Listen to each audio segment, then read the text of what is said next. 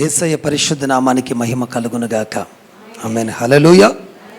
So ప్రభువైన యేసుక్రీస్తు నామములో మీ అందరికీ నా హృదయపూర్వక వందనాలు. అందరికీ, అలాగే వీడియో చూస్తున్న వారికి కూడా నా హృదయపూర్వకమైనటువంటి వందనాలు చెల్లిస్తూ ఉన్నాను.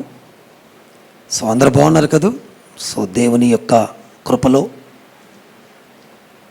మేము కూడా బాగున్నాము. దేవుడు గడిచిన కాలమంతయు మనల్ని ఎంతగానో కాపాడి తన కృపా రెక్కల కింద మనల్ని దాచిన దేవుడికి ఒకసారి అందరం రెండు చేతులు పైకెత్తి గట్టిగా స్తోత్రం చెబుదామా? హల్లెలూయా. మంచిది ప్రియులారా, ఈ పూట దేవుడు మనకు సిద్ధపరిచిన వాక్య భాగాన్ని చదువుకోబోతున్నాం. ఆదికాండము 49వ అధ్యాయం 1వ వచ్చిన భాగాన్ని ఈ పూట ధ్యానం కొరకు మనం మూలవాక్యంగా చదువుకోబోతా ఉన్నాము.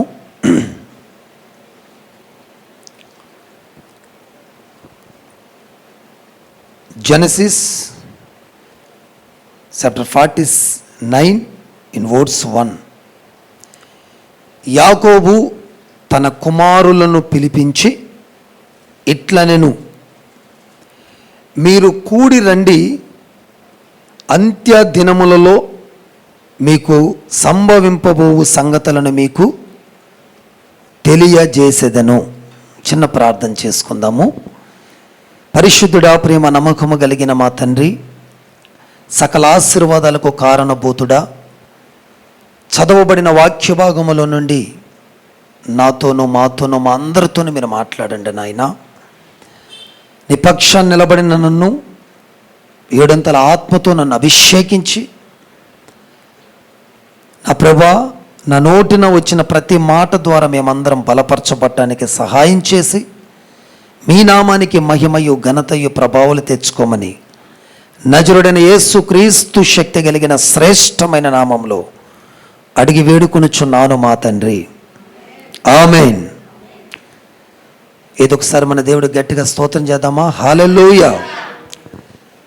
ప్రియులారా, జాగ్రత్తగా కొద్ది నిమిషాలు దేవుని వాక్యాన్ని వినండి. ఈరోజు మన సబ్జెక్ట్ ఏంటంటే అంత్య దినములు. మన ధ్యానాంశం ఏంటంటే అంత్య దినములు అంటే చివరి దినములు, ఇంగ్లీష్లో ఎండింగ్ డేస్. యాకోబు గారికి తన కుమారులందరినంట ఒక చోటకి పిలిచి, వాళ్ళందరిని ఒక చోటకి చేర్చి లేక ఒక చోటకి కూర్చి, అంత్య దినములలో మీకు సంభవింపబోవు సంగతులను మీకు నేను తెలియజేస్తానంటున్నాడు యాకోబు గారు. ఎవరికి అంత్య దినాలు ఇవి? యాకోబు గారికా, లేకపోతే యాకోబు గారి యొక్క కుమారులకా, లేకపోతే కాలానికా అని మనం గమనిస్తే వీళ్ళెవరకు కాదు, కానీ మనకి అంత్యదినములని బైబిల్ సెలవిస్తూ ఉంది. ప్రస్తుతం మనం ఏ రోజుల్లో ఉన్నామంటే అంత్యదినముల్లో ఉన్నాం, చివరి దినాల్లో ఉన్నాం, చివరి కాలాల్లో ఉన్నాం. ప్రియులారా, ఈ అంత్యదినాలను గూర్చినటువంటి అనేకమైన విషయాలు పరిశుద్ధ గ్రంథమైన బైబిల్లో ఉన్నాయి. బట్ నేను అన్నీ వివరించలేను, కానీ కొన్ని విషయాలు మీతో పంచుకోవాలని నేను తలస్తూ ఉన్నాను. యాకోబు గారు తన పిల్లలను ఎలా అయితే ఒక చోటకి పిలిచి అంత్యదినాలలో సంభవించబోయే విషయాలు ఎలాగైతే తెలియజేస్తున్నాడో, మన తండ్రి అయిన యేసయ్య కూడా మనల్ని, ఆయన పిల్లలమైన మనందరిని ఒక చోటకి చేర్చి అంత్యదినములలో మనకి సంభవించబోయేటువంటి విషయాలు మనకి ఈ రాత్రి తెలియజేయబోతా ఉన్నాడు. దేవునికి స్తోత్రం. కాబట్టి జాగ్రత్తగా కొన్ని మాటలు మనం ఆలకిస్తూ, అవసరమైనవి చదివిస్తాను, అవసరం లేని నోట్ చేసుకుంటూ మీరు వింటా ముందుకు రావాలని మనవి చేస్తున్నాను. దానియేలు గ్రంథం 2వ అధ్యాయం 28వ వచనంలో ఏముంటుందంటే, అంత్య దినములను గూర్చినటువంటి సంగతులను, ఏం కలగబోతున్నాయి, ఏం జరగబోతున్నాయి అన్న విషయాలు ఆనాటి రాజు అయినటువంటి నెబుకద్నెజరు కట అన్నీ తెలియజేశాడని ఇక్కడ రాయబడి ఉంటుంది. నెబుకద్నెజరు ఎవరంటే ఆయన బబులోను సామ్రాజ్యానికి ఒక రాజు. ఆనాటి దినాలలో ఆయన చెప్పిందే వేదం. అటువంటి రాజుకి దేవుడు దర్శనములో ఆయనకి జరగబోయే విషయాలు, అంత్య దినములో జరగబోయే విషయాలు నెబుకద్నెజరుకి తెలియజేస్తూ ఉన్నాడు. అదే దానియేలు గ్రంథం 11:35 ఒకసారి చదువుదాం. ఈ మాటని చదువుదాం. దానియేలు గ్రంథం 11:35. నిర్ణయ కాలము ఇంకా రాలేదు కనుక అంత్యకాలము వరకు, అదిగో అంత్యకాలము లేక అంత్య దినము అని వస్తుంది. నేను చూపించబోయే ప్రతి వాక్యంలో అంత్య దినములు లేక అంత్యకాలం రెండు ఒకటే. జనులను పరిశీలించుటకును పవిత్రపరచుటకును బుద్ధిమంతులలో కొందరు కూలుదురు. చూడండి, అంత్య దినముల యందు ఏం జరుగుతాయంటే కొన్ని కూల్చివేతలు జరుగుతాయి, కొన్ని భయంకరమైన కూల్చివేతలు జరుగుతాయి. అందులో బుద్ధిమంతులు ఉండొచ్చు, బుద్ధి లేని వాళ్ళు కూడా ఉండవచ్చు. అంటే కొందరికి తెలియజేయటానికంట దేవుడు బుద్ధిమంతులు అంటే మంచివారు సైతం కూలిపోతుంటారు ఈ అంత్య దినాలలో. ఈ సంగతులు పౌలు గారు ఒక చక్కగా రాస్తాడండి ఒక మాట. కొరింథీయులకు రాసిన మొదటి పత్రిక 10:11 ఇలాగ రాయబడి ఉంటుంది. ఈ సంగతులు దృష్టాంతములుగా వారికి సంభవించి యుగాంతమందున్న, అదిగో యుగాంతము అంటే అంత్య దినములు, మనకు బుద్ధి కలగటానికి రాయబడున్నాయి. చాలా విషయాలు ఈరోజు దేవుడు రాయించాడు తన భక్తుల చేత. అంత్య దినములలో ఏం జరగబోతున్నాయి, అంత్య దినములలో సంఘం ఎలా ఉండాలి, అంత్య దినములలో సంభవించబోయేటువంటి కార్యాలు ఏమిటి, ఇలాంటివి ఎన్నెన్నో భక్తుల చేత రాయించాడు. ఈరోజు నేను ఒక 2 భాగాలుగా మీకు వివరించిన ముగిస్తాను. అంత్య దినాలలో సంభవించబోయే కార్యాలు ఒక 5 విషయాలు చెప్తాను. అంత్య దినములలో మనం ఎలా ఉండాలి లేక సంఘం ఎలా ఉండాలి అన్నది ఒక 4 విషయాలు చెప్పి ఈ సందేశాన్ని ముగిస్తాను. దేవునికి ఒకసారి గట్టిగా దేవుని స్తోత్రం చెబుదామా? హల్లెలూయా. ఇది చివరి దినాలని ప్రతి ఒక్కరికి తెలుసు. ప్రస్తుత పరిస్థితులను బట్టి, ప్రస్తుత జరుగుతున్న సంఘటనలను బట్టి క్లియర్గా అర్థమవుతూ ఉంది మనందరికీ. ఇవి చివరి దినాలు. ప్రభువైన యేసుక్రీస్తు 2వ రాకడలో త్వరగా రాబోతున్నాడు. ఆయన చెప్పాడు, ఇదిగో నేను ఎలా వెళ్ళుచున్నాను అలాగే మరలా వస్తాను అని. వస్తానన్న ఆయన దేవుడు ఎందుకు ఆలస్యం చేస్తున్నాడు కూడా రాయబడి ఉంది. అందరూ అంతటా మారు మనసు పొందవలెనని మనిషి కుమారుడు ఆలస్యం చేయుచున్నాడు తప్ప కావాలనేం కాదు. ఏ ఒక్కరు నశించిపోకూడదు, ఏ ఒక్కరు విడిచిపెట్టబడకూడదు, ఏ ఒక్కరు నరకానికి పాత్రులుగా మారకూడదు అన్నది దేవుని ఉద్దేశం కనుక రేపోదములు అనుకుంటూ రేపన్న నువ్వు మారతావేమో అన్నట్టుగా దేవుడు ఆలస్యం చేస్తున్నాడు. ఈ ఆలస్యాన్ని చాలామంది అపహాస్యం చేస్తూ ఉంటారు. ఎప్పుడో వస్తానన్నాడు ఆయన. 2000 సంవత్సరాల కిందట నుంచి మేము వింటున్నాం, యేసయ్య అదిగో వస్తున్నాడని. ఇప్పటికి ఎన్ని సంవత్సరాలు అయినాయి? 2000 సంవత్సరాలు అయినాయి. అని వచ్చింది లేదు ఏమనేది అపహాసించేవారు లేకపోలేరండి. బట్ మనం మాత్రము ఎటువంటి అపహసించకుండా ప్రభువు ఎలా వెళ్ళాడో అలాగే రాబోతున్నాడన్న సంగతిని గమనించిన వారమై, గుర్తించిన వారమై కొన్ని విషయాలు మనం తెలుసుకొని ముందుకు సాగాలని ప్రభు కోరుతూ ఉన్నాడు. అంత్య దినముల యందు ఎటువంటి కార్యాలు సంభవించబోతాయి అని అంటే, 1 యూదా పత్రిక 1:17 ఉంటుంది. యూదా పత్రిక 1:17 ఉంటుంది. అంత్య దినములలో చదవండి సిస్టర్.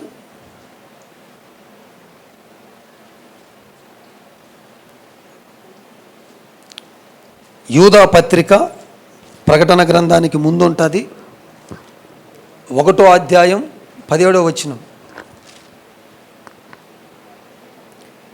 ఆయన అయితే ప్రియులారా, అయితే ప్రియురాలా, అంత్యకాలమునందు తమ భక్తిహీనమైన, అదిగో తన భక్తిహీనమైన దురాశల చొప్పున నడుచు పరిహాసకులందరూ అదిగో నడుస్తారు. అంత్య దినములందు, అంత్యకాలమునందంట భక్తిహీనతలో దురాశలకు వెళ్ళిపోయి భక్తిహీనతలోకి వెళ్ళిపోతూ ఉంటారంట అంత్య దినాల్లో. అందుకే నేను చాలా ఎప్పుడు జాగ్రత్త, నువ్వు ప్రార్థన చేసుకో, వాక్యం చదువు, దేవుళ్ళు బలంగా ఉండు ఎందుకు చెప్తా ఉంటామంటే, భక్తిలో ఉన్న వ్యక్తులు భక్తిహీనతలోకి వెళ్తారు. ఈ భక్తిహీనత కలిగిన వారంటే అర్థం ఏంటంటే భక్తి లేనివారు కాదు, భక్తి లేనివారు అని అర్థం కాదు ఇక్కడ. భక్తి కలిగిన వాళ్ళే వీళ్ళు. కానీ ఏమవుతారనంటే భక్తిలో హీనత దశకు వస్తారు. భక్తి ఏమవుతూ ఉంటుందంటే రోజు రోజుకి హీనంగా మారిపోతుంటుంది. అంత్య దినాలలో, చివరి దినాలలో, ఎండింగ్ డేస్లో భక్తిలో ఉండనీయకుండా ఏదో ఒక విధంగా భక్తిహీనతను కలుగు చేసే కార్యాలు అపవాది మన ముందుకు తీసుకొచ్చి భక్తి ఆవిరైపోయేలాగా, భక్తి సల్లారిపోయేలాగా వాడు చేస్తూ ఉంటాడు. ఎప్పుడు ఏ విషయంలో మన భక్తి సల్లారిపోతుందో వాడికి బాగా తెలుసు. ఏది తీసుకొస్తే, ఏ కార్యాలు మన ముందు చేస్తే, ఏ నష్టాలు మనకు చేస్తే మన భక్తి సల్లారిపోతుందో వాడికి బాగా తెలుసు. అందుకే భక్తిహీనతలోకి వచ్చేస్తారు అంత్య దినాల్లో. అందుకే చాలా జాగ్రత్తగా ఉండాలి.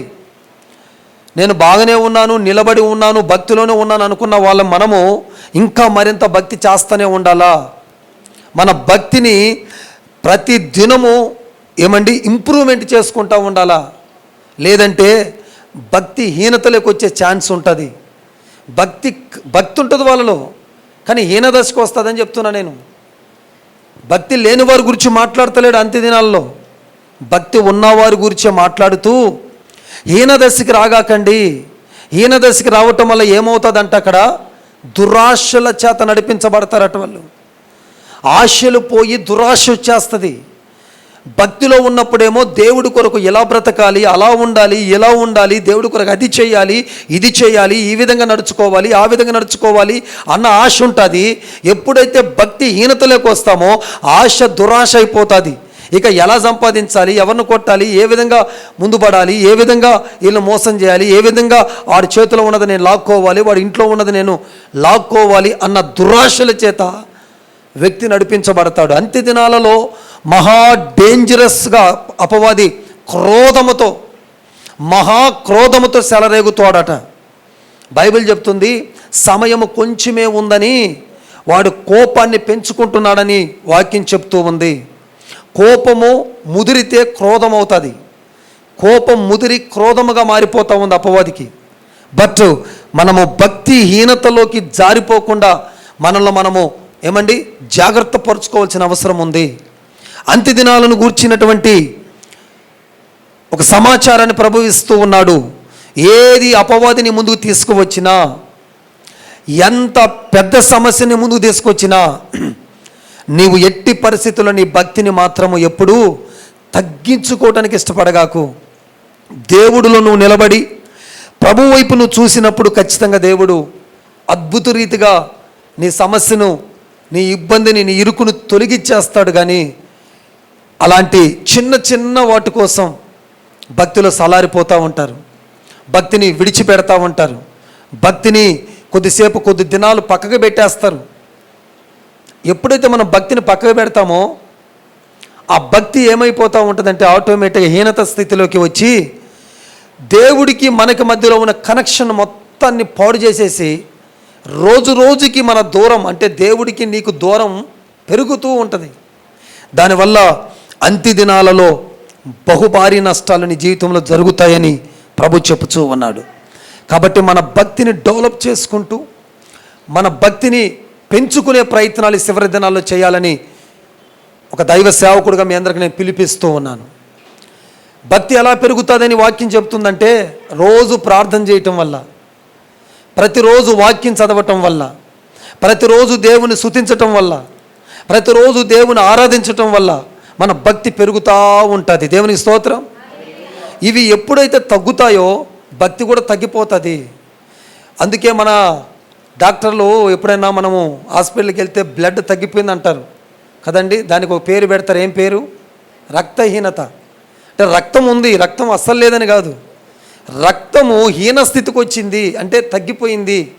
అప్పుడు దీనికి ఏం కావాలి? రక్తం పెరగాలంటే దానికి కావాల్సిన కొన్ని రాస్తాడు, కొన్ని ట్యాబ్లెట్స్ రాస్తాడు, కొన్ని టానిక్స్ రాస్తాడు, ఇంకా చెప్పాలంటే కొన్ని ఫ్రూట్స్ తినమ్మా, కొన్ని ఇదిగో మంచి రక్తం పట్టేటువంటి కొన్ని పదార్థాలు చెప్తాడు. అవే తింటావు నువ్వు చూడు. డాక్టర్ చెప్తేమో వేదంగా పాటిస్తాం, దేవుడు చెప్తేనేమో పక్కగా నెట్టేస్తాం. ఎందుకంటే డాక్టర్ చెప్పినట్టుగా పత్యం ఉండకపోతే చచ్చిపోతామని భయం. కానీ దేవుడు చెప్పినట్టుగాని పాటించకపోతే ఆత్మీయంగా చచ్చిపోతామన్న భయం లేదు సంఘానికి. ఇక్కడ చచ్చిపోతే శరీరానిగానే చచ్చిపోతాం, కానీ దేవుడు చెప్పే పత్యాన్ని పాటించకపోతే ఆత్మీయంగానే చచ్చిపోతాం మనము. దేని స్తోత్రం, హల్లెలూయా. కాబట్టి సంగమా, జాగ్రత్తగా ఆలోచించండి. మీ జీవితంలో ప్రార్థన అనేది ఎప్పుడు నీ జీవితంలో ఏదైనా నువ్వు మర్చిపో, ఏదైనా నువ్వు పక్కకు పెట్టు, ప్రార్థన చేయటం పక్కకు పెట్టగాకు. నువ్వు లెగగానే ఫస్ట్ ప్రార్థించే అలవాటు నువ్వు చేసుకో. అప్పుడు నీ కుటుంబము, నీ పిల్లలందరికీ అదే అలవాటుగా మారుతుంది. నీ పిల్లల, నీ కుటుంబాన్ని దేవుడు ఎప్పటికీ ఎవరి చేతిలో పెట్టడు. ప్రార్థన చేసే వారి యొక్క కుటుంబాలనంట ఎప్పుడు దేవుడి చేతిలోనే ఉంచుకుంటాడట. అట్టి ఇంటికి ఎప్పుడు దేవుడు కంచె వేస్తాడట. యోబు గారి గురించి మీ అందరూ తెలుసు కదండి. యోబు గారి గురించి ఏం సాక్ష్యం ఉందో తెలుసా? ప్రతి అరుణోదయమున లేచి తన పిల్లలందరూ పడుకొని ఉండగా ఒక్కొక్కరి తల దగ్గరికి వెళ్ళి ఆ పిల్లల్ని దేవుడికి అప్పగిస్తూ ఉన్నాడట, ప్రార్థన చేస్తూ ఉన్నాడట. అందుకే యోబు యొక్క ఇంటి చుట్టూ ఏమొచ్చింది? కంచె వేశాడు దేవుడు. ప్రార్థన చేసే ఇంటి చుట్టూ కంచె ఉంటుంది. దేవునికి స్తోత్రం. అందుకే దేవుడు వాక్యము ద్వారా, ప్రార్థన ద్వారా, స్తుతి ఆరాధన ద్వారా ఏమండి దేవుణ్ణి ఘనపరచడం ద్వారా, కృతజ్ఞతా స్తుతులు చెల్లించటం ద్వారా నీ భక్తి రోజు రోజుకి పెరిగి భక్తి శక్తి కలిగినటువంటి వ్యక్తిగా నిన్ను మార్చేస్తుంది. దేవుని స్తోత్రం. సెకండ్ వన్, పేతురు రాసిన 2వ పత్రికలో 3వ అధ్యాయం 3వ వచనంలో ఉంటుంది.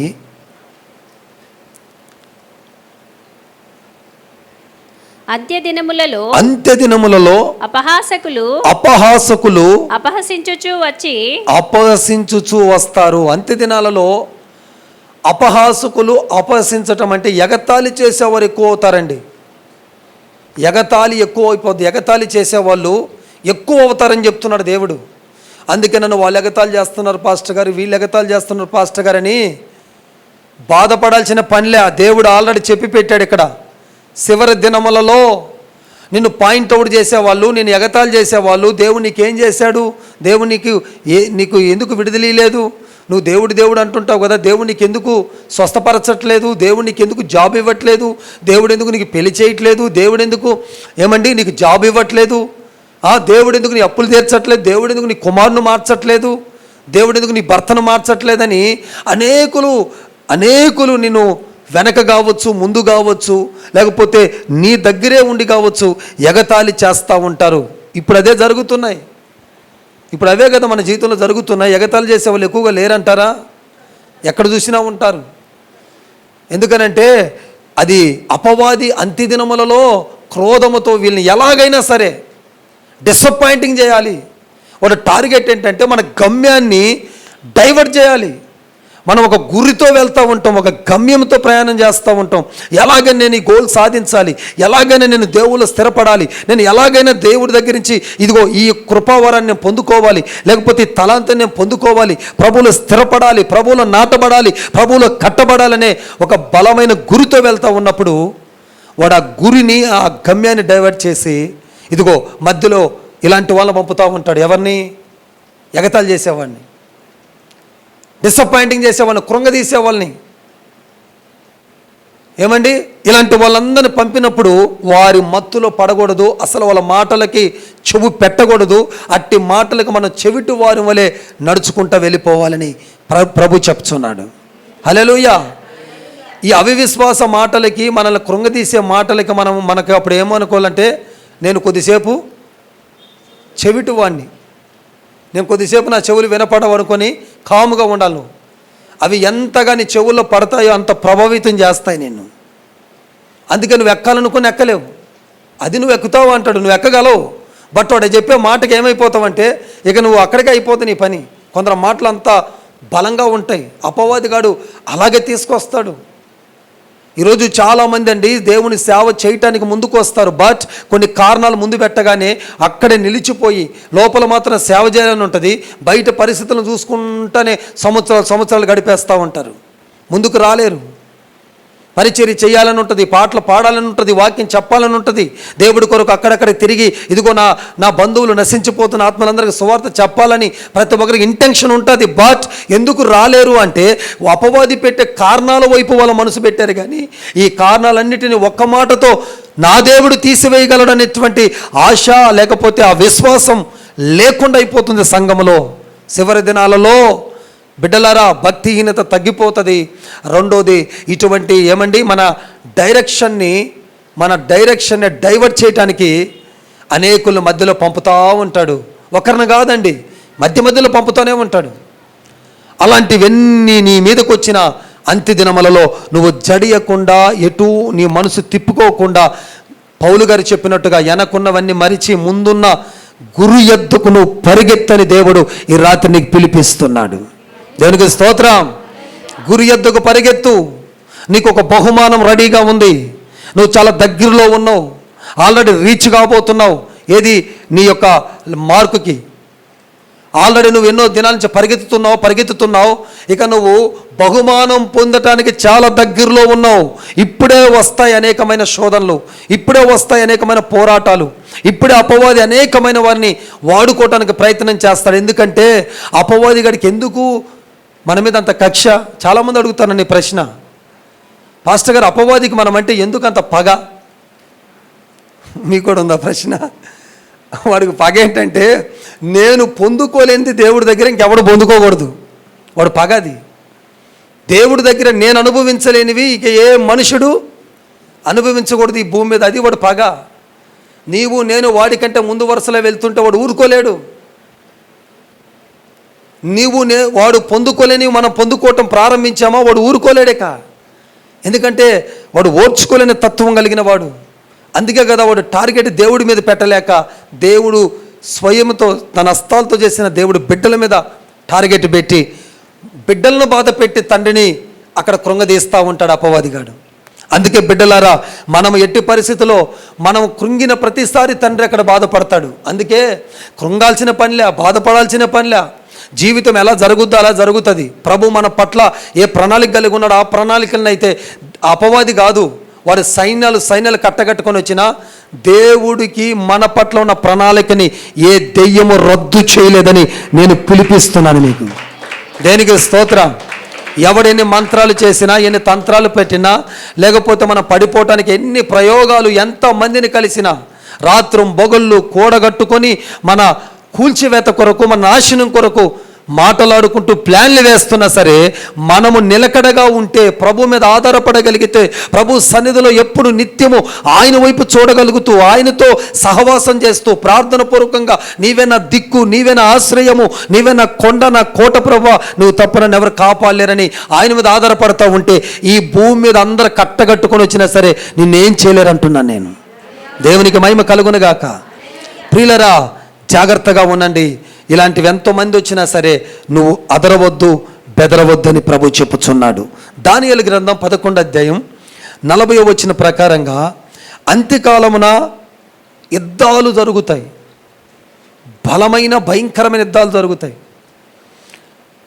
దేశానికి యుద్ధాలు జరిగితే మన దాకేం రాదు, బట్ దేశాలకో రాజ్యాలకో యుద్ధాలు జరుగుతూ ఉంటాయి. బట్ మన కుటుంబాలలో యుద్ధాలు ఎక్కువ అయిపోతాయట.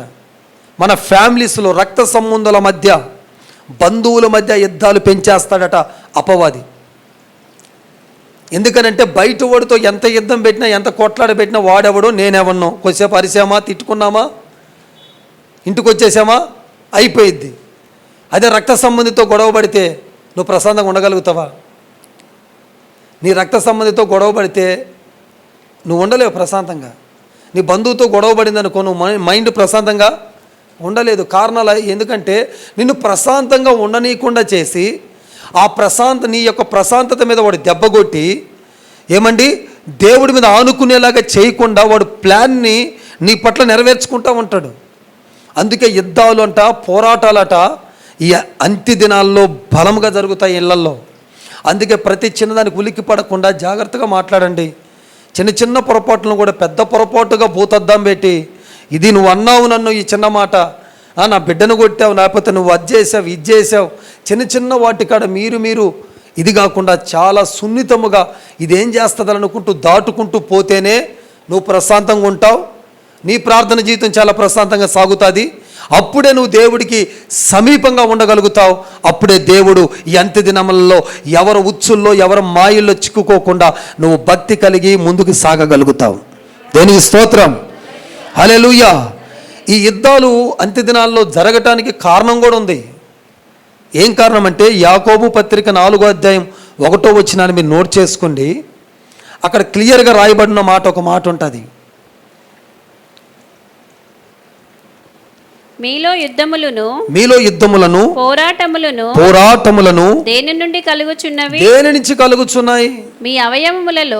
మీ అవయవాలలో పోరాడే మీ భోగేచ్ఛల వలన.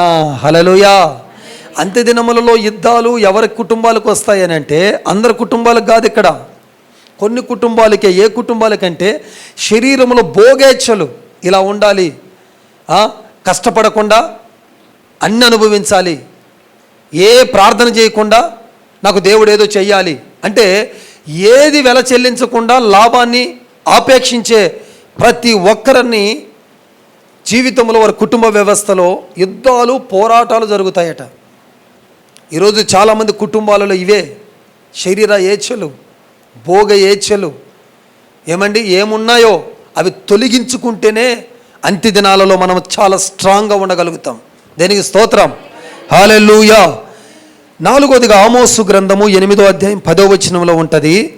అంత్య దినమున ఘోరమైన శ్రమ దినాలు, మామూలు శ్రమలు కాదట, ఘోరమైన శ్రమలు వస్తాయట. ఈ శ్రమలకి అల్లాడిపోతున్నాం మనం. ఈ శ్రమ ఏంది? ఘోరమైన శ్రమలు వస్తాయి చివరి దినాల్లో. ఇక వచ్చాయన్న అవే. తప్పు చేయకుండా మనం అసలు ఏ పొరపాటు చేయకుండా మనం ఇన్వాల్వ్ చేస్తూ ఉంటారు బయటికి. అసలు మనం అక్కడ ఉండము, మన పేరు బయటకు వస్తుంటుంది. నువ్వేమనుకోవాలంటే, నా పేరు లేని చోట నా పేరు వచ్చింది కదా అంటే, నా పేరు ఎంత పాపులర్ అవుతుందో ఆనందించుకుంటూ ప్రభు మీద ఆధారపడితే నా దేవుడు నీ పేరుని నీ ఖ్యాతిని ఘనపరుస్తాడు వారి మధ్యలోనే. దేనికి స్తోత్రం. నేను ఎప్పుడు చెప్తుంటాను, నా పేరే చెప్పుకుంటూ ఉంటారండి ఎక్కడ పోయినా, నా పేరే పలుకుతూ ఉంటారండి ఎక్కడ పోయినా. అంటే ఎంత ధన్యురాలు నువ్వు. నీ పేరు పాపులర్ అవుతుందంటే ఆనందించాలి కదా. దేవుని స్తోత్రం. నీ శత్రువులకి నీ పేరుతోనే పని ఉందంటే ఎంత అదృష్టవంతురాలు నమ్మా నువ్వు. నిద్రపోతున్న వాళ్ళు నీ గురించే మాట్లాడుకుంటున్నారంటే, ఎప్పుడు గుసగుస నీ గురించే మాట్లాడుతున్నారంటే ఎంత అదృష్టవంతురాలు నువ్వు. నీ పేరు ఎంత బ్రాండెడ్ పేరుగా మార్చేస్తున్నాడు దేవుడు. దేనికి స్తోత్రం. ఒక సెలబ్రిటీ అలాగే అవుతాడు.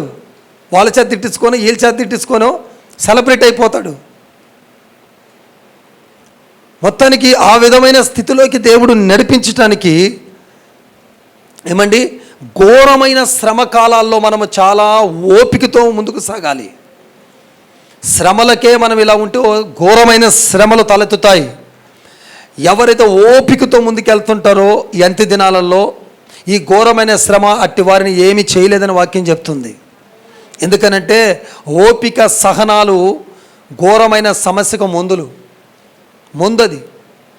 ఓపిక అంట శ్రమకు ముందంట. ఒక జ్వరానికి ఒక ముందు వేసుకుంటే ఏమవుద్ది? దానికి ట్యాబ్లెట్ ఒక పేరు ఉంటుంది కదా, ఏది పడితే అది ఏం కదా.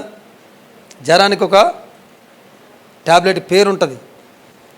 ఒక్కొక్క రోగానికి ఆ ట్యాబ్లెట్కి ఒక పేరు ఉంటుంది. మనకున్నట్టు ప్రతి దానికి ఒక పేరు పెట్టాడు దేవుడు. ఆ విధంగానే శ్రమకు ముందు ఏంటంటే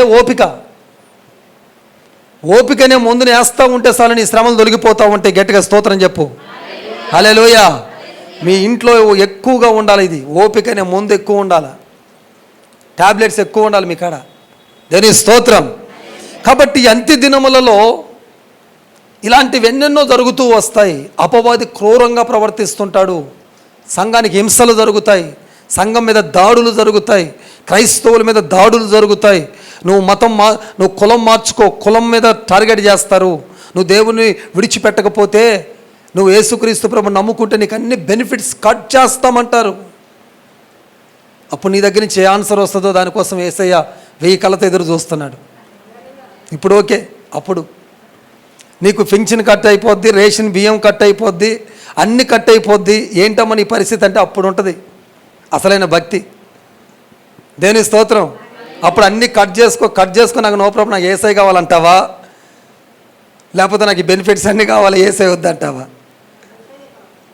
ఇప్పుడు అంటాం నీకు పింఛన్ కట్ చేస్తానంటే ఏం చెప్తావమ్మా? సరే మంచి సంతోషం, నువ్వు అంటే బాగానే. ఇందరూ ఇలా నిలబడే స్థితి కావాలి. రాబోతున్న దినాలలో మహా డేంజర్గా ఉంటుంది. బలవంతం పెట్టి ఏమండి మన నుదుటి మీద 666 అనే ముద్ర గుద్దుతారు. అది ఎవరి మీద పడుతుందో, అది ఎవరి మీద వేస్తారో, ఏ చేతి మీద ఏ నుదుటి మీద వేస్తారో వాళ్ళకి ఇంకా ఈ లోకములో బెనిఫిట్స్ ఏది ఉండదు. ఇంకా అలాంటివి ఎన్నెన్నో ప్రయత్నాలు సాతానుడు చేయించబోతా ఉన్నాడు చివరి దినాలలో. వాటన్నిటిలో నిలబడాలంటే ఇప్పటి నుంచి మన వాక్యంలో బాగా మునగాల. వాక్యంలో ఒక మాటలో చెప్పాలంటే వాక్యము, ఈ బైబిల్ గ్రంథాన్ని మొత్తాన్ని ఈ హృదయంలో పెట్టేసుకోవాలి. దేనికి స్తోత్రం. కంఠస్థం చేయాలా. ఎవరన్నా వచ్చి బైబిల్ లేకపోతే ఏమనాలంటే తీసుకుంటే తీసుకుపో బైబిల్, నాకెందుకు, బైబిల్ అంతా నా హృదయంలో ఉందని చెప్పాలి నువ్వు. దేవునికి స్తోత్రం. హల్లెలూయా. బాగా చదవాలి బైబిల్. ఇప్పుడే మన దగ్గర పరిశుద్ధ గ్రంథం ఉన్నప్పుడే బాగా చదవండి. ఇవన్నీ అంత్య దినాల్లో జరిగే సంగతులు. అంత్యకి ఇస్తేనే కూడా వస్తాడు. మీకు చెప్తాను ఎప్పుడన్నా ఎండింగ్ డేస్ గురించి అన్ని ప్రకటన గ్రంథాల్లో బోరలేంటి, ముద్రలేంటి, ఈ చెప్దామంటే టైం ఆడ సరిపోతుంది, వీటితోనే సరిపోతుంది. దేనికి స్తోత్రం. వెయ్యాల పరిపాలన ఏంటి, 1000 పరిపాలన ఏం జరుగుతుంది, ఎత్తబడినప్పుడు సంఘము ఎక్కడుంటుంది, సంఘం ఎత్తబడిన తర్వాత విడవబడిన వాళ్ళ శిక్ష ఏంటి, భూమి మీద ఏం జరుగుతుంది, విడవబడిన వాళ్ళ మీద ఎలాంటి తెగుళ్ళు వస్తాయి, వాళ్ళ హింసలేంటి, వాళ్ళ కథ ఏంటి, ఇవన్నీ చాలా విషయాలు రాయబడి ఉంటాయి పరిశుద్ధ గ్రంథమైన బైబిల్లో. ఈ ఎండింగ్ డేస్ గురించి చాలా ఇంట్రెస్టింగ్గా ఉంటాయి టాపిక్స్. సో ప్రియులరా, ఇక్కడ ప్రభు అదే చెప్తా ఉన్నాడు. కాబట్టి ఈ అంత్య దినముల యందు ఇటువంటివన్నీ జరుగుతూ ఉన్నప్పుడు మనము ఇప్పుడే మనం అన్ని విధాలుగా సిద్ధపడి ప్రార్థన పూర్వకంగా వాక్యాన్ని బాగా చదివి వాక్యాన్ని బాగా మనం అనుభవించుకొని ఎవరెవరు చెప్పేవన్నీ వినేయకుండా వాక్యమే మనకు ప్రమాణం. బయట ఎంతోమంది మైకులు పట్టుకొని ఎన్నెన్నో చెప్తూ ఉంటారండి. నేను అందుకే చెప్తూ ఉంటాను, మీరు ఏ సంఘానికైనా పోండి, ఫ్యూచర్లో ఎక్కడికైనా పోండి, ప్రాంతాలు మారండి, మీరు ఎక్కడికైనా పోండి, బట్ ఎక్కడైతే దేవుడు వాక్యం లేకుండా వేరే బోధ ఉంటుందో అక్కడ ఒక్క నిమిషం కూడా సంఘంలో కూర్చోవద్దు మీరు. దేనికి స్తోత్రం. ఇప్పుడు దేవుడు వాక్యం బోధిస్తున్న ఈ సంఘంలో అయినా రాబోతున్న దినాలలో ఎప్పుడైనా వాక్యానికి విరోధంగా ఈ సంఘం నడిచినా సరే నిర్దాక్షిణ్యంగా వెళ్ళిపోండి. మీరు ఉండకూడదు. పాలకోటి పాస్టర్ కదా, ఎప్పటి నుంచో పోతున్నాను కదా, మా పాస్టర్ కదా, నేను బాప్టిజం ఇచ్చాను కదా, మా పాస్టర్ గారు ఆత్మీయ తండ్రి కదా, ఈ ఆత్మీయ తండ్రి గొడవలు ఏమి ఉండకూడదు ఈ భూమి మీద. ఆత్మీయ తండ్రిని ఇక్కడే పడ్డావా, నేను దేశపోయి ఆత్మీయ తండ్రి నరకం లేస్తాడు. మొహమోటాలుగా పోకూడదు భక్తిలో. ఒక మాటలో క్లియర్గా చెప్పాలంటే భక్తిలో ఏం పోకూడదు, మొహమాటానికే పోకూడదు. ఎదురు ఎవరున్నారో చూడకూడదు. బోధ ఎలా వస్తుందో చూడాలా, వాక్యం ఏం చెప్తుందో చూడాలా, ఇది అపోస్తల బోధ కాదా, ఇది యేసయ్య బోధ కాదా అన్నదే నువ్వు ప్రమాణంగా తీసుకొని నిలబడితే అంత్య దినాలలో చాలా స్ట్రాంగ్గా నిలబడతావు. నీవు నిలబడి అనేకులు నిలబెడతావు. దేవుడికి స్తోత్రం. అంత్య దినముల్లో మనం ఎలా ఉండాలి అని అంటే తిమోతి 2వ పత్రిక 3వ అధ్యాయం 1 నుంచి 5 వచనాలు బాగానే మీరు నోట్ చేసుకోండి. చదువుదాం మొదటి వచనం నుంచి. అంత్య దినములలో అపాయకరమైన కాలాలు వస్తాయంటండి. అపాయకరమైన కాలాలు. అది ఇందాక 5వ ఓళ్ళు రాసుకోండి, 5వ మాటలో అపాయకరమైన దినాలు వస్తాయి. ఇప్పుడు దీంట్లో మొదటి పాయింట్గా వచ్చినప్పుడు ఎలాగనగా మనుషులు స్వార్థ ప్రియులు. ఒక 19 విషయాలు ఉన్నాయి అక్కడ. చదవండి అమ్మా. 19 విషయాలు ఉన్నాయి.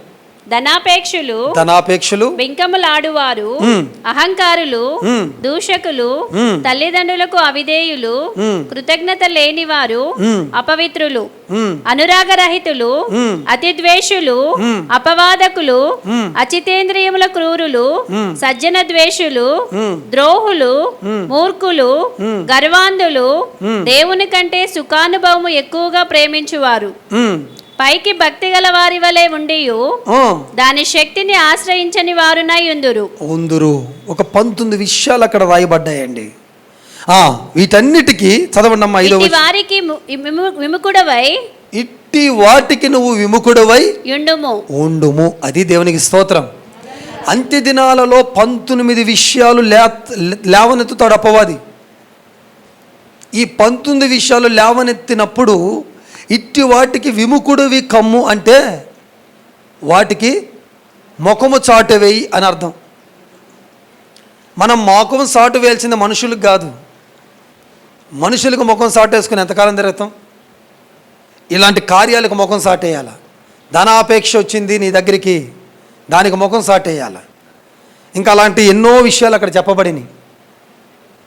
వాటన్నిటికీ నువ్వు ముఖం సాటు వేయాలి అని చెప్తుంది వాక్యం. అంత్య దినాలలో అపవాదిగాడు దేంతో నిన్ను పడగొట్టాలో బాగా తెలుసు వాడికి.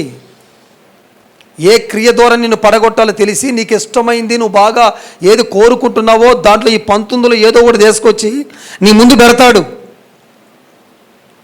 నీ ముందు పెట్టినప్పుడు నువ్వేం చేయాలంట చెప్పండి అందరూ?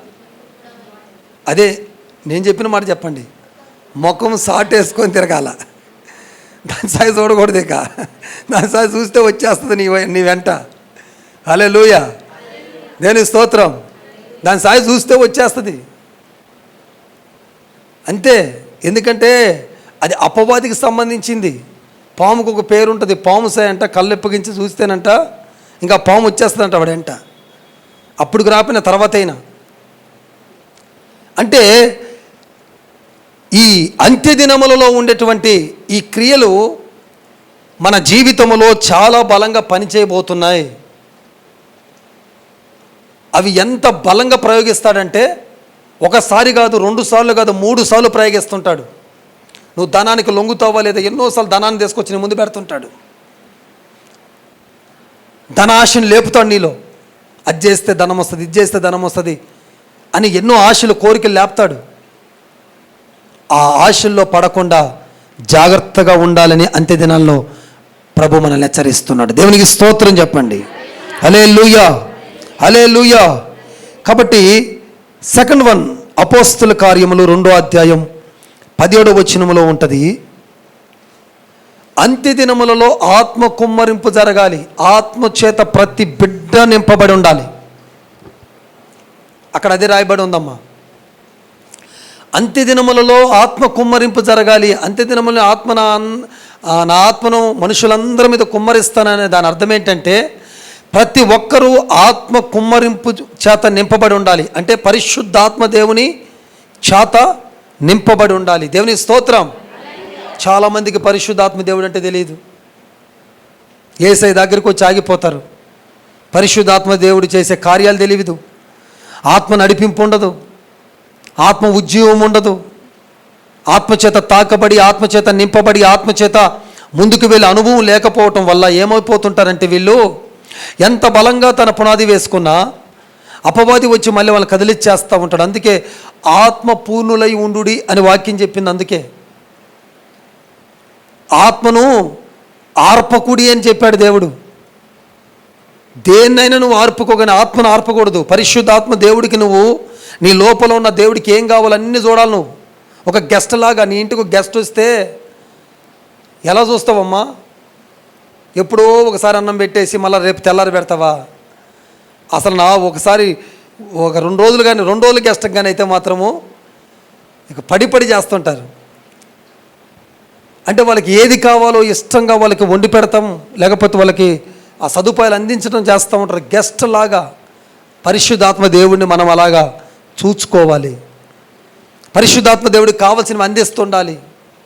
పరిశుద్ధాత్మ దేవుడు ఎలా అభిషేకించబడి మనలో కార్యాలు చేస్తాడో దానికి కావాల్సిన దానికి ప్రార్థన, పరిశుద్ధాత్మ దేవుడికి కావాల్సిన వాక్యాన్ని, పరిశుద్ధాత్మ దేవుడికి కావాల్సిన ఆరాధనని ఇవన్నీ అందిస్తూ ఉంటే మనలో పరిశుద్ధాత్మ దేవుడు చాలా బలంగా పనిచేస్తాడు.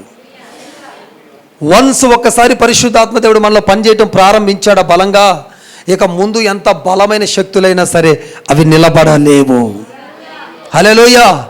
అందుకే పెంచి పోషించక ఆత్మను ఆర్పేస్తుంటారు, ఆత్మను దుఃఖపరుస్తుంటారు, ఆత్మను క్షీణింపజేస్తూ ఉంటారు, ఆత్మను పట్టించుకోరు. ఆత్మ లేదంటాడు ఒక ఆయన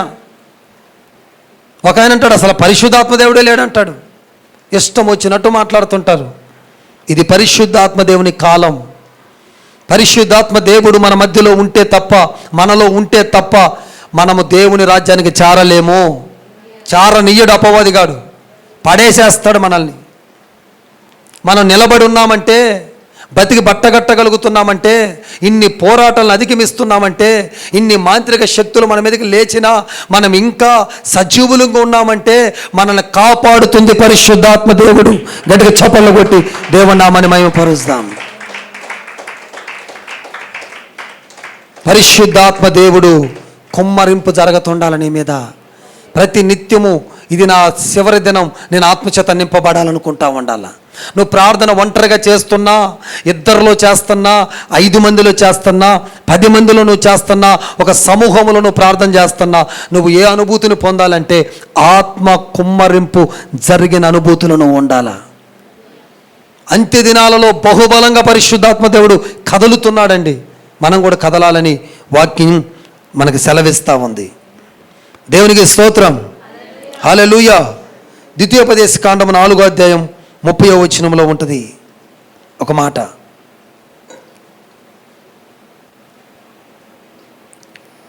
ఈ సంగతులన్నీయు నీకు సంభవించిన తరువాత నీకు బాధ కలుగునప్పుడు అంత్య దినములలో నీవు నీ దేవుడైన యెహోవా వైపు తిరిగి, అది దేవుడు వైపు తిరుగుతూ ఉండాలి మనం. అంతే. చివరి దినాలలో అక్కడ అవి జరిగినాయి అంట, ఇక్కడ ఈ యొక్క అద్భుతాలు జరుగుతున్నాయి అంటే వాటి వెంట కాదు మనం తిరగాల్సింది. అద్భుతాలు వెంట కాదు మనం తిరగాల్సింది. దేవుడు వైపు తిరిగితే ఆ దేవుల్లో ఉన్న సకలమైన కార్యాలని నీ బాడీలోకి వచ్చేస్తాయి. అంతే. ప్రభు తట్టు మనం తిరిగినప్పుడు ప్రభువులో ఉన్నవన్నీ మన తట్టు తిరుగుతాయంట. దానికి స్తోత్రం. హల్లెలూయా. ప్రభు చేత సృష్టించబడ్డాయి, ప్రభు చేత ఎన్నుకోబడ్డాయి. ప్రభువు ఏవైతే అన్ని సృష్టించాడు, అన్ని సృష్టే కదా, యేసై సృష్టే కదండి ఈ లోకమంతా. మనం మనం తినే కానించి ప్రతి వస్తువు యేసయ్య సృష్టి. మనుషుడు చేసిన మనుషుడికి జ్ఞానమునిచ్చి దాన్ని సృష్టించేలాగా చేసింది దేవుడే. దేవునికి స్తోత్రం. హల్లెలూయా. కాబట్టి ఆయన తట్టు మనం తిరిగినప్పుడు అంట ఆయన ద్వారా కలిగినవన్నీ మన తట్టు తిరుగుతాయి. అంతే. నీకు ఏ కొదువు లేకుండా, కొరత లేకుండా చేస్తాయి. అందుకే అంత్య దినాలలో దేవుడు తట్టు తిరిగి ఉండటానికి నీ మనసును నిబ్బరం చేసుకో. ఆయన వైపు తిరిగిన ఎడల సర్వశక్తి కలిగిన దేవుడు ఆయన నీ జీవితంలో ఉన్నతమైన సన్నిధిని ఆయన నిన్ను చాటు చేస్తాడు. మహోన్నతుని చాటున నువ్వు నివసించగలుగుతావు. మహోన్నతుని చాటున నివసించి ఆయనతో పాటు నువ్వు నడవగలుగుతావు. అప్పుడు ఏది కూడా నిన్ను ముట్టాలంటే దేవుణ్ణి ముట్టి నీ ఎద్దుకు రావాలా, నిన్ను తాకాలంటే దేవుని తాకి నీ ఎద్దుకు రావాలా. ఎందుకు? నువ్వు దేవుడి చాటునున్నావు కాబట్టి. ప్రియులారా, అంత్య దినములలో ప్రభు వైపు తిరిగి ఉండండి. ప్రభువుని కాకుండా మనుషులు ఎవరెవరో వచ్చి నా వైపు చూడు, నేను ఇది చేస్తున్నా ఈ విధి చేస్తున్నా అంటూ ఉంటారు. నేను నీకు హెల్ప్ చేస్తున్నా, నా వైపు తిరుగు, నేను చెప్పినట్టు విని అంటాడు ఒకడు వచ్చి. డబ్బులకో ఇంకొక దానికో దేనికి లొంగకూడదు. నేను ఎప్పుడు చెప్తూ ఉంటాను, 3 పూటలు లేకపోతే 2 పూటలన్నా తిని ఉందాం కానీ, 2 పూటలు లేకపోతే కనీసం 1 పూటన్నా తిని ఉందాం కానీ, ఎట్టి పరిస్థితుల్లో దేవుడికి విరోధమైనటువంటి వారి హస్తాల్లోకి మాత్రం దయచేసి మనం వెళ్ళకూడదు. దేనికి స్తోత్రం. అలా పస్తు పెట్టడాని వైపు తిరిగితే. కానీ చెప్తున్న ఎగ్జాంపుల్కి అలా వచ్చిన సందర్భంలో, దేవా ఈ 1 పూట తినేనా ఉంటాను ప్రభా, కానీ నేను మాత్రము వీళ్ళ చేతుల్లోకి వెళ్ళనని నువ్వు కళాకణిగా కూర్చోగలిగితే రాబోతున్న అంత్య దినాలలో లోకముకు ప్రపంచానికి జరిగే యుద్ధాల్లో, పోరాటాల్లో, ఆ కఠోరమైనటువంటి తెగుళ్ళ మధ్య నువ్వు ఎలా పోతుంటావు తెలుసా? అందరు తెగులతో పడిపోతుంటే నువ్వు ఒక్కదానివే ఏమండి రాణిలాగా, రాజులాగా నడుచుకుంటూ వెళ్ళిపోతుంటావు. ముట్టలేవు అవి. నేను చెప్తున్నానండి, కోవిడ్ టైంలో నేను తిరగని ప్రాంతం లేదు, వెళ్ళని ఏరియా లేదు, నేను ముట్టుకొని కరోనా పేషెంట్ లేడు. ఒక్క రోజు కూడా దగ్గుతో తుమ్ముతో నేను పడుకోవాలా. రియల్ చెప్తున్నా, దేవుని స్తోత్రం. ఫ్లైట్లలో తిరిగి అక్కడక్కడ రాష్ట్రాలు, అనేకమైన ప్రాంతాలు తిరుగుతూనే ఉన్నా నేను తెలుగు రాష్ట్రాల్లో. కోవిడ్ టైంలో అందరూ అంటున్నారు నీకు వస్తుందని, బట్ జాగ్రత్తగా ఉండాలి, అంతా విచ్చలవిడి కూడా ఉండకూడదు. కానీ ఒక విశ్వాసం, దేవుడు అనుమతి ఇచ్చి నేను నీకు కవచంగా ఉంటాను వెళ్ళిన తర్వాత ఇక పని చేయాలి మనం. ఆదరణ లేక చాలామంది ఏమండి ఒంటరి స్థితిలో పెట్టేసినప్పుడు అలాంటి వాళ్ళని ఎంతోమందిని పోయి బలపరిచినప్పుడు ఎంతోమంది ప్రాణాలు కాపాడబడ్డాయి. కరోనా టైంలో వైరస్తో చనిపోయిన వాళ్ళు తక్కువ, ఒంటరిగా ఒక రూమ్లో పడేసేసరికి గుండె బయలుపోయి చచ్చిపోయిన వాళ్ళు ఎక్కువ. పిల్లలు కనపడక, భార్య కనపడక, ఎప్పుడు కళ్ళ ముందు కనపడేటువంటి వాళ్ళు కనపడక చచ్చిపోయారు అక్కడే. కరోనా వైరస్ ఏం చేయలే చాలామందిని. ఇదిగో ఈ ప్రమాదం, నువ్వు చచ్చిపోతావు, కరోనా వచ్చేసింది, ఈ భయంతోనే చచ్చిపోయారు అందరూ. అందుకే నేను చాలామందిని ధైర్యం ఇవ్వడానికి తిరిగాను. ఎంత బెదిరింపులు వచ్చినా నాకు, నీకు వచ్చేస్తుంది, వైరస్ వచ్చింది, నువ్వు ఎందుకు ఇంత విచ్చలబడి తిరుగుతున్నావు అనన్నా దేవుడి మీద భారం వేసి, ప్రభువా నా ముందు నేను కొందనన్ను కాపాడగలగాలి, ధైర్యపరచగలగాలి. ఎవరు పోను చోటుకు నేను వెళ్ళి, అయ్యా దేవుడిని స్వస్థపరచబోతున్నాడు, దేవుడు రేపే నేను లేపబోతున్నాను, అందరూ స్వస్థత పొందుకొని లేచారండి. కోవిడ్ టైంలో ఎంతోమంది బతికారు, దేవునికి స్తోత్రం. ఎంతోమంది జీవం పొందుకున్నారు, ఎంతోమంది సేవకులు ముఖ్యంగా బతికారు చాలామంది. నిజంగానండి ఆదరించాలా, ఏదో వచ్చేస్తుందని కాదు, అలా అని చెప్పేసి మూర్ఖంగా వెళ్ళటం కాదు, కానీ దేవుడు యొక్క వైపు తిరుగుతూ మనం ఏం పని చేసినా మనం విజయం సాధిస్తామని నేను ఈ రాత్రి చెప్పదలుచుకుంటున్నాను. నువ్వు ఎటువంటి పని చేసినా, ఎక్కడ పోయి పని చేసినా, చాతగాని పని చేసినా సరే నువ్వు విజయం పొందుతావు. ఎందుకు? నువ్వు ఎవరి వైపు తిరిగి ఉన్నావంటే సర్వశక్తి కలిగిన దేవుడి వైపు తిరిగి ఉన్నావు. దేవుడికి స్తోత్రం, హల్లెలూయా. దానియేలు గ్రంథం 12వ అధ్యాయం 13వ వచనంలో ఉంటుంది, అంతం వరకు, అంత్య దినాలలో నిలకడ చాలా అవసరం. అంతం వరకు నిలకడగా ఉండుమని ఒక మాట ఉంటుంది అక్కడ. నీవు అంత్యము వరకు నిలకడగా ఉండిన ఎడల విశ్రాంతి నొంది కాలాంతమునందు నీవంతులో నిలుస్తావు. దేవుని గట్టిగా స్తోత్రం చెప్పండి. నిలబడతావు అందులో. నిలకడ చాలా అవసరం అండి. నిలకడ అంటే ఏంటి? మనిషికి కాదు, మనసుకు నిలకడ అవసరం. ఈరోజు చాలామంది నిలకడలేని ప్రార్థనలు చేస్తున్నారు, నిలకడలేని భక్తి చేస్తున్నారు, నిలకడలేని నమ్మకం. కొద్దిసేపు నమ్ముతారు, కొద్దిసేపు నమ్మరు. అప్పుడు దాకా దేవుడు నా గొప్ప దేవుడు అన్న వాళ్ళు అప్పుడే ఏమైద్దో తెలియదు. దేవుడు నాకేం చేశారంటుంటారు. విచిత్రం అనిపిస్తుంటుంది. అరే దేవుడు వీరుడు సూర్యుడు, నా దేవుడు వంటి వాడు ఈ భూమి మీద లేడని పాట పాడద్దు. అప్పుడే ఇంటికి పోయిన తర్వాత పాట ఎడిపోద్దాం. దేవునికి స్తోత్రం. పాటలు ఎన్ని పాటలు పాడుతుంటామో, పాటలు అప్పటికే తీసి గట్టు మీద పెట్టేస్తుంటాం. ప్రియులారా, నిలకడ కలిగి ఉండండి. ఏది ఏం కాదు నీకు. నువ్వు ఇప్పుడు దాకా చూసిన భవిష్యత్తు వేరు, ఇక నుంచి చూడబోయే భవిష్యత్తు వేరు. అసలు నీ యొక్క జీవనము ఒక ఉన్నతమైనటువంటి దేవుడు ఊహించిన, దేవుడు నేను ఎందుకు పుట్టించాడు ఆ జీవితాన్ని ఇక నుంచి నువ్వు జీవించబోతున్నావు. దేవునికి స్తోత్రం, హల్లెలూయా. ఆ జీవితం జీవించాలి నువ్వు. అది నీ శత్రువులు చూడాలా, నీ ఎగతాళి చేసిన వాళ్ళు చూడాలా, నీ మీద దాడి చేసిన వాళ్ళు చూడాలా, ఏమండి నీ మీదకి మంత్రశక్తులు పంపినోళ్ళు కూడా చూడాలా, అందరూ చూడాలా, చూపియాలి నువ్వు. దాని స్తోత్రం. అందుకే నిలకడగా ఉండండి. యోహాను సువార్త 6వ అధ్యాయం 41వ వచనంలో ఉంటుంది, అంత్య దినమున విశ్వాసంగా ఉండాలి, విశ్వాసంగా ఉండాలి. చివరి దినాలలో విశ్వాసులను సైతం పడేసేస్తాడు అపవాది. అంత్య దినమున విశ్వాసంగా ఉండాలి అని వాక్యం చెప్తుంది. ప్రియులరా, దేవుడు మనకి ఏ మాట చెప్పాడు ఆ మాటను మనం ఎలా నమ్మాలి? విశ్వాసంగా నమ్మాలి. ప్రభు ఎంత మాట చెప్పినా అసలు నీకు అసాధ్యం అనిపించు ఆ మాట, నువ్వేం చేయాలి? ఆ మాటని విశ్వాసంగా నమ్మాలా. ఎందుకంటే మన దేవుడు అసాధ్యమైన వాటిని సాధ్యము చేసే దేవుడు. అలాంటి దేవుడు యొక్క మాట మీద విశ్వాసం ఉంచండి, ఆయన చెప్పే బోధ మీద విశ్వాసం ఉంచండి, ఆయనకు నువ్వు చేసే ప్రార్థన మీద విశ్వాసం ఉంచు, నువ్వు ఆయనకి చెల్లించే స్తుతుల మీద విశ్వాసం ఉంచు, నువ్వు చదివే వాక్యం మీద విశ్వాసం ఉంచు, దేవుడు నీకు ఇచ్చే వాగ్దానాల మీద విశ్వాసం ఉంచు, దేవుడు సేవకుడు నోటి నుంచి నీకు పలికే ప్రతి మాట మీద విశ్వాసం ఉంచు. తప్పకుండా అంత్య దినములలో నీ విశ్వాసములో ఉన్న ప్రతి దీవెనని నువ్వు అనుభవించబోతున్నావు. విశ్వాసం అంటే ఏంటో తెలుసా? కనపడిన వాటిని కనపడినట్టుగా ఊహించుకొని ప్రార్థించడమే విశ్వాసం. అలాంటివెన్నో నీ జీవితంలోకి రావటానికి తొంగి చూస్తున్నాయి, ఎదురు చూస్తున్నాయి. మరుగు చేయబడినవెన్నో నీ కళ్ళ ముందుకు రాబోతున్నాయి. దాచిపెట్టబడిన ధననిధులు, మరుగు చేయబడిన రహస్యమందున ధననిధులు దేవుడు నీ ముందు తెరవబోతున్నాడు. అనేకమైనటువంటి కార్యాలను కన్నులారా చూడబోతా ఉన్నావు.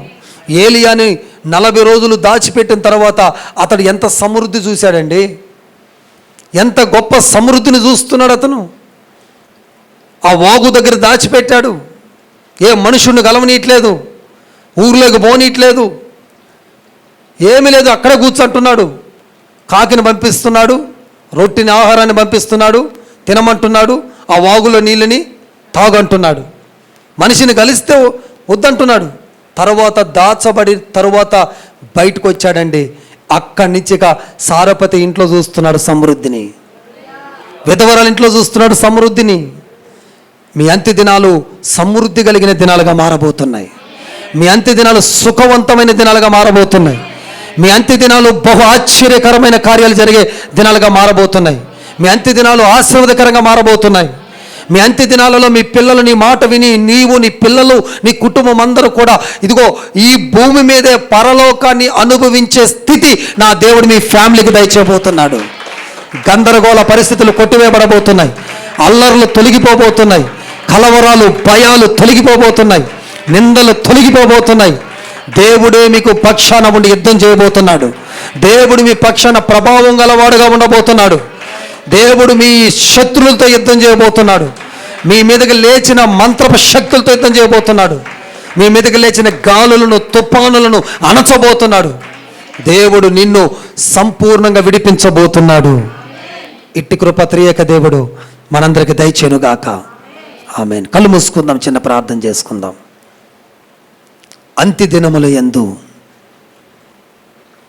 ఏ కార్యాలు జరుగుతాయి, మనం ఎలా ఉండాలి, క్లియర్గా ప్రభు మనతో మాట్లాడాడు. ఇంకా చాలా విషయాలు ఉన్నాయి, కొన్ని విషయాలు మన ముందు పెట్టాడు.